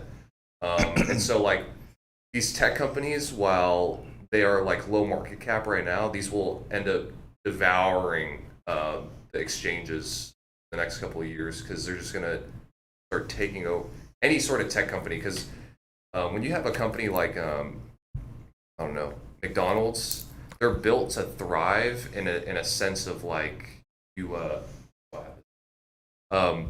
they just have to do good business well. Whereas with the tech company, you always have like a coder or a team of coders who are constantly from 9 to 5 every day making that project more efficient and finding other ways to make it more efficient. Yeah, and it's not even humans that are doing the efficiency; it's the computing power. But I think this is it's a good thing to see that it's correcting. I'm ready for the U.S. I don't know when it will be, but I want it to correct, because I have a nice little bag saved on the side for buying the dip. He didn't want that short, right? Yeah. But it'll be interesting over the next couple of years to see how these markets play off, especially with China, because I know we have Bitcoin on there next. China really screwed with Bitcoin as well. Past couple, saying that they're going to ban it. They're banning it for. Well, it's like the 7th time they've banned Bitcoin, as well as India. Oh, okay. But a lot of people were saying it's a good thing to happen, because a lot of the Bitcoin miners are in China. So getting all those people out of China will help deregulate, because it's not really it's not deregulated if someone holds 80% of the market. Exactly. So it's a good thing that's happening. Well, I know. Do you think that will help the value or of what? Of Bitcoin? Or demonopolizing it from somebody? I mean, because that's the plus it has over a lot of the shares and stuff, isn't it? Yeah. The thing about Bitcoin is like people have this joke where it's like 1 Bitcoin is equal to 1 Bitcoin. Because I don't care how much the dollar amount is.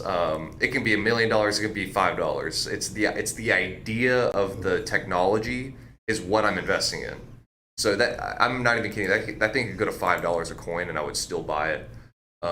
But I think it's like the future. You'll find that with a lot of the people on Twitter as well, or like the Bitcoin community is like they're all just so driven and just not even driven, brainwashed to the point where like no matter what happens, they just believe that it is going to take over at some point. So it's interesting. Will we ever be able to buy a house with Bitcoin? That's happening already. Yeah, you can buy a Tesla with Bitcoin. As a matter of fact, right here in the great old state of Texas, there is a company by the name of, hold on, I don't want to lie. Make sure. The first Bitcoin purchase in Texas, Austin, Texas, Yep. took place with, believe it or not, That's Sotheby's. That's it was part of the Sotheby's.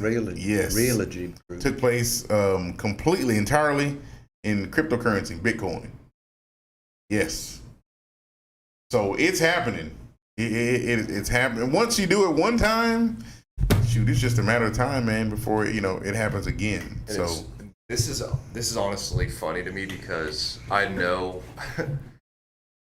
they paid in Bitcoin just to do it, first of all. Of And course. there's no benefit in paying in Bitcoin, but also it costed them more money to pay in Bitcoin because just regarding the fees that they probably had to pay, because Bitcoin is the most expensive fee transfer network. So yeah, it's just funny, and that's what they say about Tesla too. Like you can buy Bitcoin or you can buy Tesla with Bitcoin, but it's cheaper to just pay in dollars. in dollars with it. Yeah. I think this is more just setting a precedent that it can be done, Right. so nobody can come back and say, "Oh, you can't buy this with Bitcoin." Well, it happened. It definitely happened. So do you think that will change in time? Do you think that's something because of the costs involved in Bitcoin? Well, it's fixed already. There's other coins that fix the problem, which is why when I was telling James about Ethereum, and I told you about it too, I told you guys don't buy Bitcoin, Right. buy Ethereum. Because Ethereum is Bitcoin, but you can build other things on top of it. Bitcoin is Bitcoin. That's it. The rules are set. You can't adjust the rules. Right. That's what it does. Ethereum, however, the guy who made it is like 18. See what it looks like. Yeah, let's see this genius. Smartest kid on the face of the earth, probably. Yeah, this guy, he's 21 now. Oh, he's 27. He made it. He's the creator of Ethereum. And what Ethereum is Bitcoin, but you can build your own network on it. You can build your own. If we wanted to go start a Century 21 Olympian token, we could do it on his network. Really? Yeah. And it'll be tied to the value of the Ethereum? It's an independent. So, like, say we start a C21 Olympian token and it Okay. gets a $5 million market cap. That it doesn't inherently raise the price of Ethereum, but it adds to the market cap as well. You know what I mean? Gotcha. But what people end up doing is creating like a token for. There's one token called Ripple, which is under heat with SEC right now, and you can send millions of dollars for like 30 cents overseas. Yeah. And so the SEC is getting involved in that. Of course they are. Because they're like, yo, what's going on here? Like, you can't be doing that. We need our cut of that $30 million. We need our cut. But it's like, that's why... So is that something we could do for our new home buyers where they could save up over a time? Yeah, and it's like, and it's crazy because there's websites. There's this one website called, I'll do a quick ad, I guess. There's this one browser called Brave Browser. And this is just like... Oh yeah, bro, it's no tracking. I've used that one. Yeah, and so this is when you start to see stuff like this, yeah, that's it an really awesome browser. It pieces things together about where crypto is going and how it works. So Brave Browser, like he said, it stops all tracking. It doesn't let any websites grab your information. None of that cookies crap, all of that. Yeah, and then also, if you see an ad on here, it pays you in cryptocurrency instead of giving that money to the website. So every month I make like $2 off of just watching ads. Well, if you watch it. I mean, so what do you have? When you get ads run, like if you open YouTube and an ad runs, you just made like 10 cents. So you have your account tied to the browser? Well, the browser opens a wallet for you automatically. You can't withdraw any money until you have like $25. I need to read that because I have it at my home computer. I just haven't been using it. Yeah. I didn't even know that. And I actually know people who turn off the cryptocurrency function for the ads because they don't trust crypto. But it's like, dude, you're just making free money. Like, why wouldn't you just take that $20 and then do whatever with it? Everybody likes something for free. Absolutely. Yeah. Well, yeah, Brave. This is I saw this. I think last year is when I stumbled upon Brave. Yeah. Pretty cool. It's pretty old, and it's like this is Firefox. The guy who made Firefox made this. Oh, really? Yeah. It felt like a Chrome or Firefox kind of browser as I used it.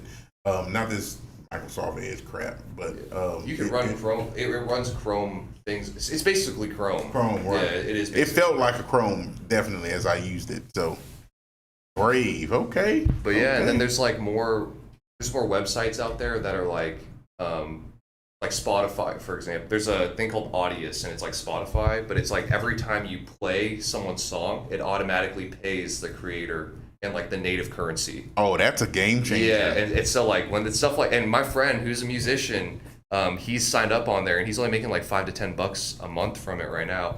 He makes about $4,000 in royalties every 6 months from SoundCloud. But that's after his label takes his split, his management takes his split, yada, yada, yada. Now he has a website that'll directly pay him out automatically based on the algorithm of the people listening to his music. So I guess it's stuff like that though that's driving Facebook to change everything like they have. They've got to because people they want so much. They're losing. They're losing folks with the content because I can go make revenue if I put it somewhere else, do the exact same thing I'm doing, and put it on a different platform. Right. This Bitcoin is this whole cryptocurrency, I guess we can just call it that, it's a game changer for everything. Everything, how business will be done in the future. Do you think, Jack? Obviously, because you have more of an insight into this, but do you think Bitcoin and cryptocurrencies will ever be follow the restrictions that like stocks have, or how do you restrict? You have to understand the blockchain to like. It's impossible to regulate Bitcoin, which is why they haven't done it, because Bitcoin is run by people. You could literally download some software on your laptop right there and just start mining Bitcoin. You'd make like $20 every couple of weeks. And then if you got another laptop with more power, you could do that too. Do you think that's a good thing or a bad thing in relation to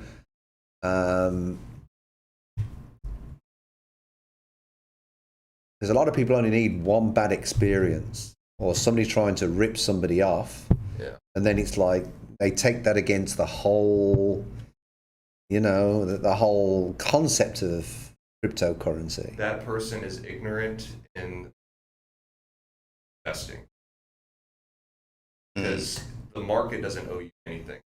Where you put your money, you don't have to get it back. It's like it's an investment. You can you can win on it or you can lose on it. It's like going to a blackjack table and then expecting to win. You lose and then you blame the dealer. No, at the end of the day, you lost the money. Right. You decided to sit there. You decided to put your money in, get your hand. You dealt with your chances. You just had bad luck. It's up to you as well to decide. I'm going to reevaluate what happened and go back and sit down, or that's too much for me. Bitcoin is the same thing. I mean, when I got involved in Robinhood, I put like $50 into Neo and I lost like 10%, which is like $5 or whatever. Right. But it's like I don't care. Like that's my fault. It's not a venture capitalist fault. Right. Yeah, I mean the more unregulated it is, the better, because you have the best example is when Robinhood shut off the liquidity for AMC and GameStop. That's like if Bitcoin is pumping too high, no one's shutting it off. You can't just stop buying Bitcoin.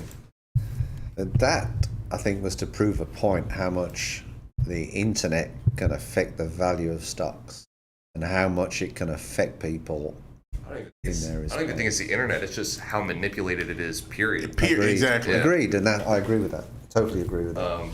Because it's manipulated. We got to manipulate it this time, but 9 out of 10 times it's Wall Street that gets to The manipulate. players got Right. played. Yeah. Period. That's what happened. And then, you were saying that Bitcoin has gone to 40K. Yep.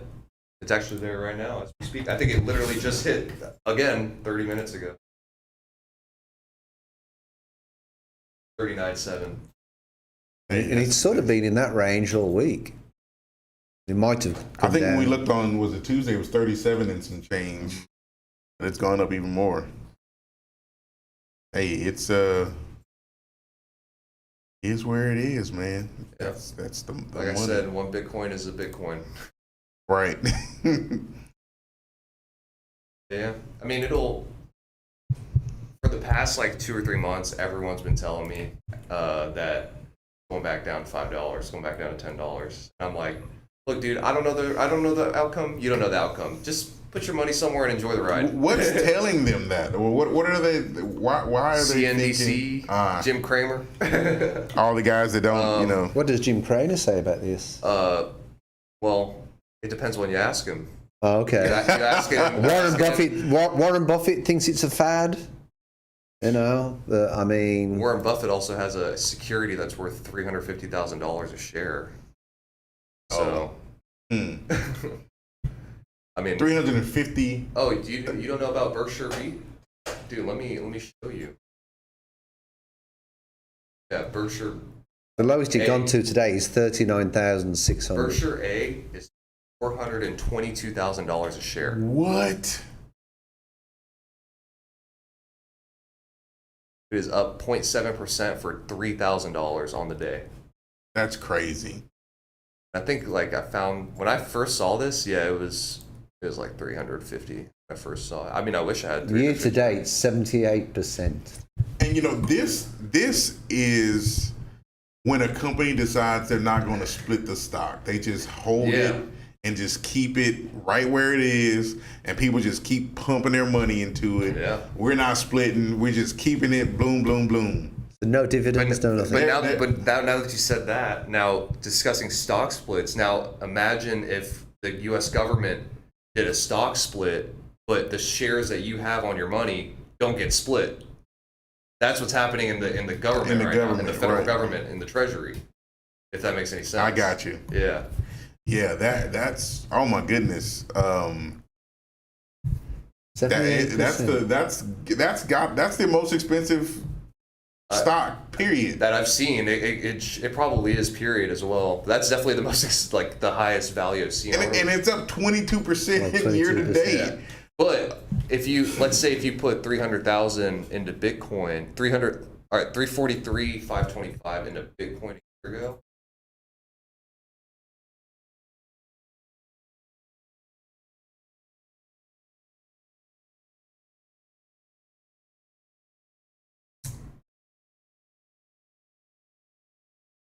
Okay, thank you. Awesome. Got it. 1 year. There you go. I mean, from 11,000 to that's like 200%. Oh yeah, for sure. So you'd be outperforming Berkshire A by a literal landslide. That's true. In an unregulated market. And what are people saying that Bitcoin's going to go to? Well, the naysayers, the Kramers are saying he's saying like $5, but Yeah. But there's But some here's the people thing. that are saying it's going to go to 100,000. here's the thing though: if it goes to $1, but it is the future of currency, it'll come back. Yeah. It's an inevitable kind of deal. It'll come back because folks are like, you know what, that Bitcoin thing is a thing, and then it'll just kind of come. For purchasing cryptocurrency, which is the most popular cryptocurrency? Well, it depends on how you want to purchase. Buy Robinhood. You can do fractional purchases in Robinhood, can't You you? can do fractional purchases, period, with cryptocurrency. But Robinhood, the reason I don't like Robinhood, or the reason I like Bitcoin, period, is because it's a stock that I look at it like a stock, but you can pay with it, right? So Right. imagine if you went out to eat and you're like, hey, buy me my food and I'll just pay you back in like half an Apple share. Like, cool. can't actually do that. You can't send me an Apple share. Right. With Bitcoin, you can. You can do but that. in Robinhood, this is why I also don't like Robinhood, because they know what they're doing. You don't own the Bitcoin. You own the share of Bitcoin. So say you buy a Bitcoin in Robinhood, you can't send that Bitcoin to a cold wallet or to like you. Robinhood owns the Bitcoin. You just own the value of the Bitcoin in Robinhood. Gotcha. You see what I'm saying? Gotcha. So that's why I tell everybody, do not buy it in Robinhood. Now, So what platforms? I mean, I'm assuming there's apps out there that people use to transfer this money back and forth. I know Cash App has an option. You can buy crypto, buy Bitcoin. That's all you can buy. But PayPal, you can buy Litecoin, Ethereum, and Bitcoin. Okay. Which is also, PayPal is a derivative of Cash App, I think. No, Venmo. Sorry. Venmo, yeah. Yeah. But Coinbase is where a lot of people buy from. Okay. In America. That's the most regulated. That's an app too? Yeah. Okay. It's a website, Coinbase. And they send you 1099, they do all that stuff for you. Okay.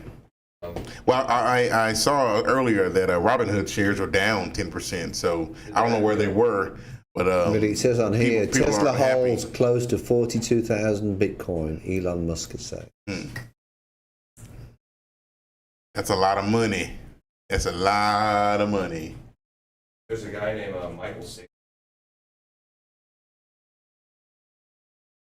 The little Compass helps Bitcoin miners sidestep taxes by connecting to IRA. Michael Saylor holds 105,000. Bitcoin? Yeah. Wow. Then the Winklevoss twins, I don't know if you guys know who they are. They have a pretty interesting story, because after Zuckerberg stole Facebook. Oh, they were the other two guys? They were the two Chads that Zuckerberg. Oh. So they sued Zuckerberg, got like 10 million or something, in that was a drop in the bucket for him. Yeah, they flew over to Ibiza, and then some guy told them about Bitcoin back when it was like $100 a token. They just went all in. Really? And it paid off. Yeah. Wow. And so then, like, they opened their own exchange. You can actually buy on their exchange too. It's Gemini. Okay. Just do your research, whatever. It's like the user interface stuff. Help you with. All this stuff interests me, man, because it's new. Yeah. And it's like, shoot, it's the future. I mean, if you got a little bit of money I'll just leave mine in there. I don't even look at it. People ask, "Hey, you still got that?" Like, yeah, I still got it. Man, I sold mine. Okay, but it's the other day before yesterday. Hey, man, you still have that such and such? I said, yeah. Oh, man, it went up to so and so, man. I said, you don't have yours, man. I sold it. We're just in a different mindset. You know, I'm not banking on that money to pay my light bill. It's just like, hey, it's just sitting there. Yeah. No, and it's crazy because like It's quite funny, really. If you got cash now, it's like, cash? What's that? Right. Everything's electronic. Exactly. See people, like, someone just sent 2.6 Bitcoin. That's $1. I'm gonna get a live order, but there's some websites you can go So you can to. see what's the transfers that are taking place? Oh yeah, and you can the amount that they're sending, and dude, the amount of people that are sending money constantly. Yeah, it does. Like right here, someone just sent 15 Bitcoin. And look at, it's like always changing. You got an 8 right there, 3. So it just shows you how much, like, the engineering behind this is insane. It's insane. It is. I just imagine some dude looking like what's his name from Christopher Lloyd from the future. Yeah. Just coming out. He just got this all in his mind and how it's supposed to work. And yeah, it's well above my pay grade. But it is interesting though. It's like, for me, I didn't think too much of it, but it's like a lot of these. Is the red the sell and green the buy? Red sell, green buy. Like a lot of these smart people that I look up to are. It's like one of those things where they're just investing in it, so I'm just going to invest in it too, and then you start to get more into it. You learn more about it. Yeah. But it's like these third world countries are going to be the ones who benefit. We're very lucky that we have a banking system. We can afford phones. We can do all that. These third world countries like Brazil, India, they're the ones who are going to bank off this a lot, because it's a bank that you just download. You don't have to go to Amity Bank anymore and send in your social security number and wait for them to open your checking account. You can just download an app and start getting paid. Wow. It's interesting. Somebody just bought 1,000. Was it? Oh no. Yeah, there's a 17 on there. Goodness, that's a lot. 2,000 of coin moving around. We go to this one too. What I was telling you, where you send like $4 million for literally 20.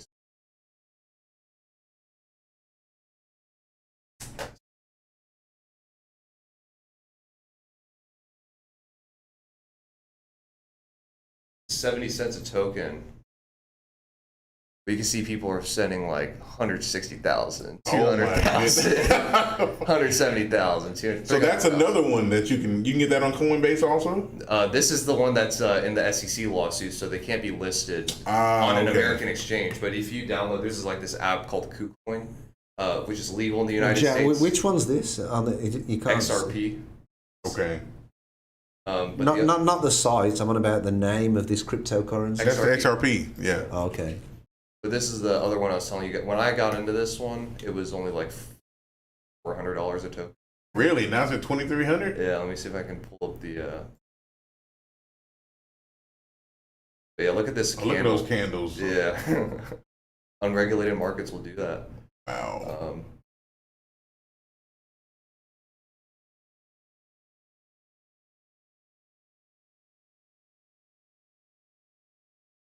Too far back. Yeah, this is Ethereum. So it's just fun to sit here and watch. Like someone just sent 59 Ethereum, and then also because it's such a young market, like 5 years ago, $100,000. Now you're a literal god on earth. Right. But let me show you why it's so important that I think stuff like this is prevalent.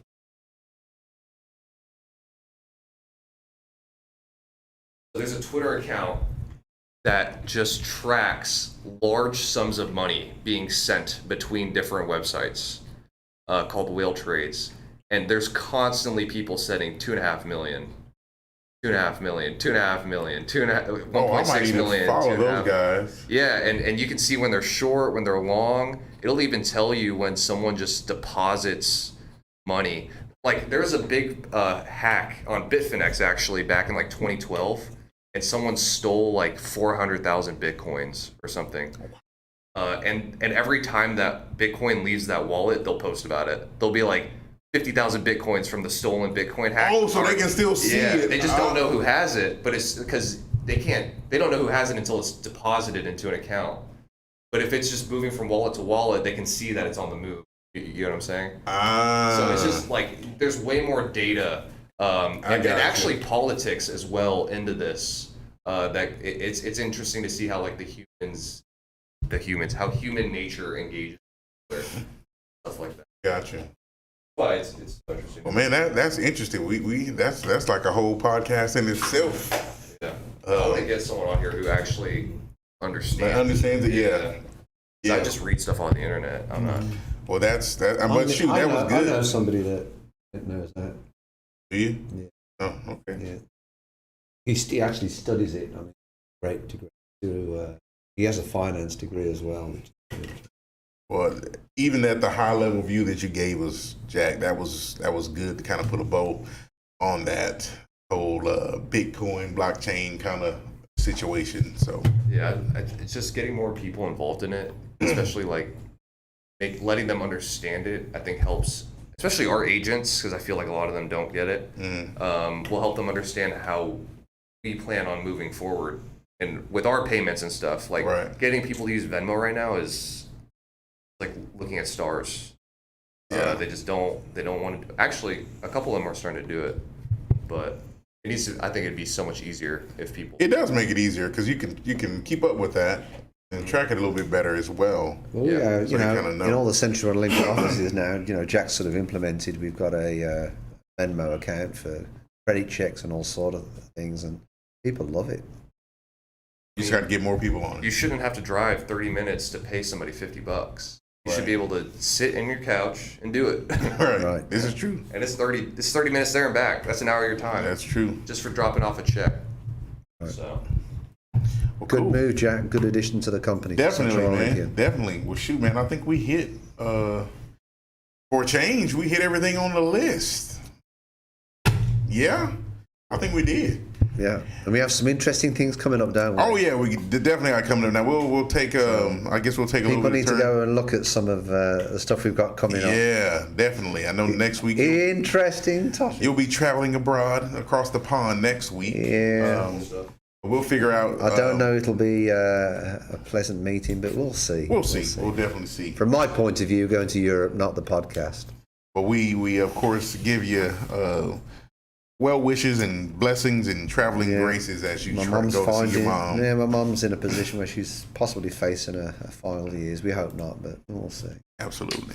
All right, Cool. guys. Well, thank you. Hope you're going to have a good week. And everybody on the podcast, Absolutely. As always, post your comments. check the information below for our contacts in the description. You can see how to reach out to us. If you have any information about even joining a winning team, Yeah. the Olympian.